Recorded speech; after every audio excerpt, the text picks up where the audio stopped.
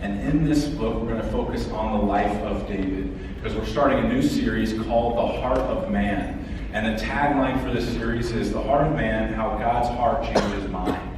And so as the series goes along, you're going to notice a lot of things about this character, David. Maybe you've heard a lot about him, maybe you know a lot about him, you study a lot about him. Most people know David from the story of David and Goliath, where David is this really tall guy and Goliath is this really short man, right? No? Maybe? You guys need to wake up just a little bit, okay? So everybody knows the story of David and Goliath. But as you go through the story of David, one, he is first characterized as the man after God's own heart. That's the first thing you know about him. But then as you peel back the layers of that title, you realize David is a very complex individual. Am I right? So there's things that David is described as. He's described as a shepherd. When we first meet him, he's a shepherd. Later on, he's a warrior who defeats Goliath. Later on, he's a king that God specifically anoints. He's also a servant, and then he becomes an enemy. And then he becomes an adulterer and a liar. He's a foreigner. He's a family man. He's a poet. Anybody not like just being stuck with one label in your life? Or maybe you don't have one label in your life, you've got several? Well, that's kind of David. But here's the coolest thing. David is this guy who can actually say he's a king, warrior, poet. That's pretty cool. Of all the things you could be as a guy, I would want to be described as that. I'm not a king, I'm not really a warrior, and I'm definitely not a poet, even though I try and rap sometimes. So that's how David is described. And as we go through his life in this series, I want you to keep in mind two tensions. One is your own heart. And the Bible says that apart from God, the heart is deceitfully wicked. Who can understand it? But that the whole guide and the whole purpose of our hearts is actually not to be out on their own, but to align with God's. That God actually wants to change our hearts to be more like His, because that's how we were created, that's how our mind was created, that's how our hearts were created, and that's how we were meant to function. So before we read, and if you want to go there as I'm kind of describing some things, we're going to be in 1 Samuel chapter 16, and we're going to read the first chunk, first 13 verses. But before we get there, and as you're getting there, let me tell you a little bit about David. He was not the first king of Israel. He's the second. The first king of Israel is this guy named Saul. And there's reasons why Saul was selected as king of Israel. First of all, Israel was this idea of a nation. Kind of like America is an idea. Israel was this idea of a nation. And Israel was not meant to have an earthly king. God designed Israel to be His people, and He was to be their king. But Israelites, this group of people, oftentimes, instead of looking vertically for their answers in life, they looked horizontally toward people. And God said that He would be their king and they would be His people. And instead of that happening, the Israelite people said, but wait, look at these other countries around us. Every single one of them has a king. We should have a king too. It wasn't that these countries were successful around or anything like that. It was just that they've got it, we want it. Anybody ever lived in that zone where you kind of compare and it kind of changes the way you do things, and even though you don't really want to do anything? Anyways, that's what Israel was doing. So they shouted back to God and they cried out to God, give us a king that is here established on earth. And God said, you know what? I'll listen to your cries. But He's not saying this is a good idea, but I'll listen to your cries and I'll give you a king. So He kind of let them select their first king, and it was this guy named Saul. And there was a reason they picked Saul. Saul was the most handsome. He was described as the most handsome in all of Israel. And he was also described as the tallest in all of Israel. That's often how I describe myself. Don't laugh. That means you don't agree, okay? So that's how Saul was selected. It wasn't necessarily great leadership potential. This guy really knows what he's doing. He's humbly going to serve God. It was just he's tall and he's handsome, and so we'll put him in charge. And Saul ends up being a basket case of a leader.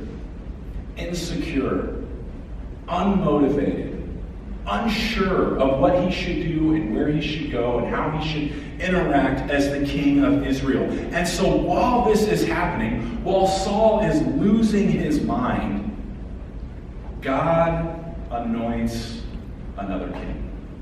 And he does this kind of secretly. While Saul is still in command to the people over Israel, God anoints David. And today, we're going to look at this question. Why does God select David?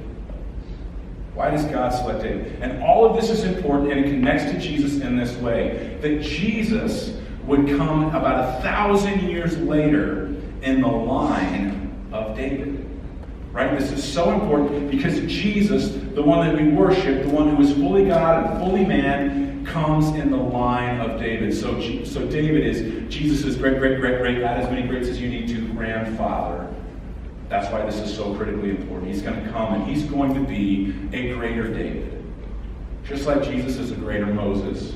And just like Jesus is a greater Abraham, and he's a greater Saul for sure, Jesus is greater. But here's where a lot of this covenant relationship, this promised relationship begins. And so we're going to see over the next series of scriptures, and we're going to talk about why God selected David. So let's read 1 Samuel chapter 16. It starts verse 1. It goes like this. The Lord said to Samuel. So Samuel's a key player. He's kind of the Lord's prophet here, and he is the one that God's going to tell, here's who you need to go and select, here's who you need to go and find. So the Lord said to Samuel, how long will you grieve over Saul? Samuel is incredibly loyal. Even though Saul is a bonehead of a leader, Samuel was still incredibly loyal and never swayed. So how long will you grieve over Saul, since I have rejected him from being king over Israel? Fill your horn with oil and go. I will send you to Jesse the Bethlehemite, for I have provided for myself a king among his sons. And Samuel said, how can I go? If Saul hears it, he will kill me. So I said Saul's a basket case. So much so, he was so insecure that anytime Saul heard of any murmur or mumblings about any other authority or leadership in the kingdom, he would go and kill immediately. Saul's kind of like Herod before Jesus gets there. Herod orders, when he hears that Jesus is coming, that there's going to be a king of the Jews, instead of waiting, he goes and proactively orders that every firstborn male child 2 and under is to be killed in the kingdom.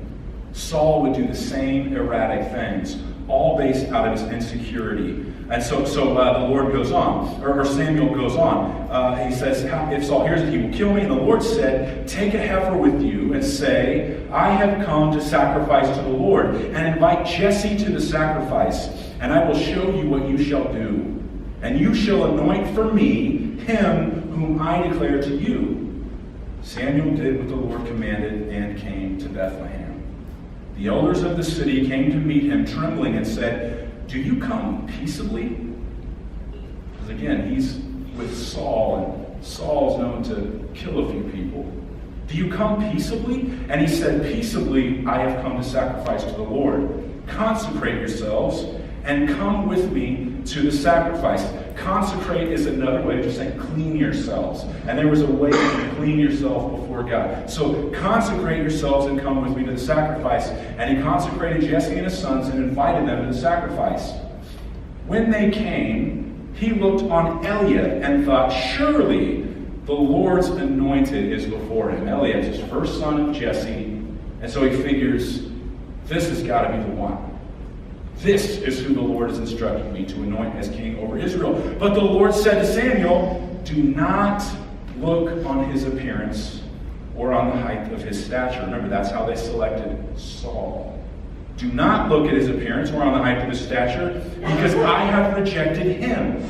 For the Lord sees not as man sees. Man looks on the outward appearance. Man looks on the outward appearance, but the Lord looks on the heart. Then Jesse called Abinadab and made him pass before Samuel. And he said, neither has the Lord chosen this one. Then Jesse made Shammah pass by, and he said, neither has the Lord chosen this one. And Jesse made 7 of his sons pass before Samuel. And Samuel said to Jesse, the Lord has not chosen these. Then Samuel said to Jesse, are all your sons here? And he said, there remains yet the youngest. See, Jesse wasn't even going to introduce David because David was the furthest thing from his mind as anyone that the Lord might anoint into leadership. David was not on Jesse's mind at all. And so Jesse says, well, yeah, there's this one, but I don't think you're going to want him. There remains yet the youngest. But behold, he is keeping the sheep. And Samuel said to Jesse, send and get him, for we will not sit down till he comes here. And he sent and brought him in. Now he was ruddy and had beautiful eyes and was handsome. And the Lord said, arise, anoint him, for this is he. Then Samuel took the horn of oil and anointed him in the midst of his brothers. And the Spirit of the Lord rushed upon David from that day forward, and Samuel rose up and went to Ramah. When people say the Holy Spirit doesn't exist until the New Testament, read that passage. The Spirit of the Lord rushed onto David and was with him and guided him. So here God selects the second king of Israel. And it's not who you would suspect. Like if you showed up to this party, you would probably choose one of the first of Jesse's 8 sons. You wouldn't choose the last. Because when you send someone out to be a shepherd, it means take care of my light work. I'm going to give you something small and kind of insignificant. So you go take care of the sheep while we're here doing the proper adult duties, right? And so as that's happening, God says, go get David.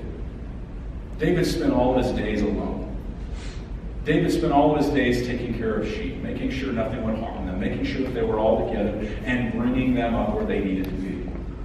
Which is why we also hear Jesus has such the heart of a shepherd. It's so incredible, the parallels between David and Jesus.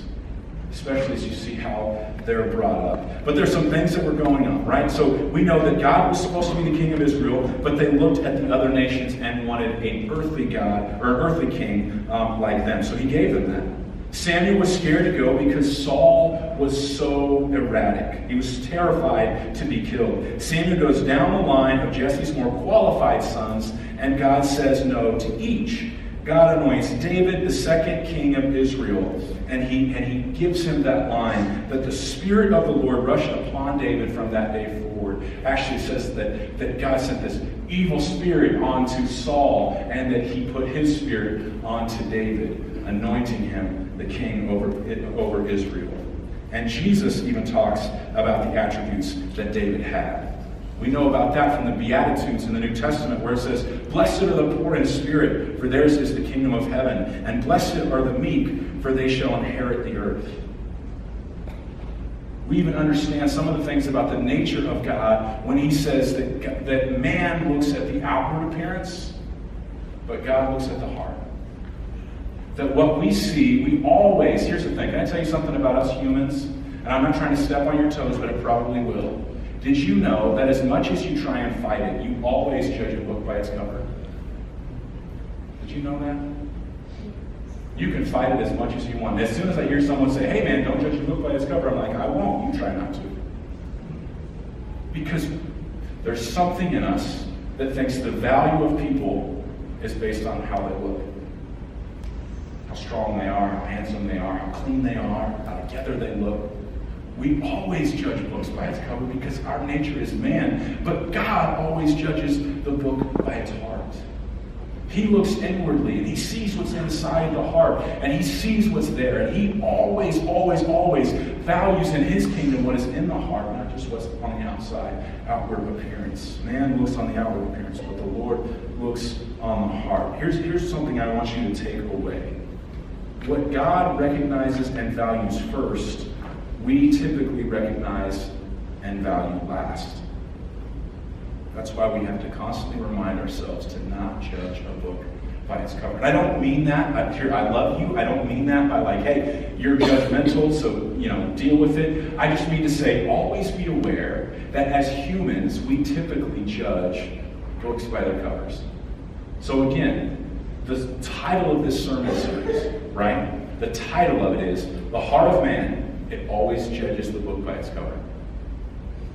How God's heart changes mind. Here's how it happens. We judge the book by its cover. To become more like God, we need to start caring more about the heart than we do about the appearance. Like literally caring about people's hearts, their inner status, their inward place before God, how much compassion and love, and all those kinds of things we should care about more. We should value people not by how they look, but who they are inside. And that sounds like, okay, that's just one statement, one sentence. But think about your typical week. Think about the people that you see, and maybe the people that you keep at arm's length. And normally we do that because we're looking at an outward appearance and not inwardly. And you say, well, I can't look inwardly. I'm not God. And I would challenge them to say this. Everyone can look inwardly if they look to God first. You understand what I'm saying?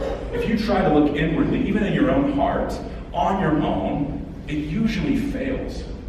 But you can look inwardly at people if you first look at God, who's able to look inwardly at everything. But we often skip that step. And it just goes something like this. If I'm having a difficult time looking at somebody and judging them by their appearance, I need to first go to God and say, God, I'm sorry. That's not how you see them. You see them differently. Open my eyes to see them how you see them. Too often, we try and relate to this world from our own perspective. And it's usually, can I just be honest with you? You can speak for you, I'll speak for me.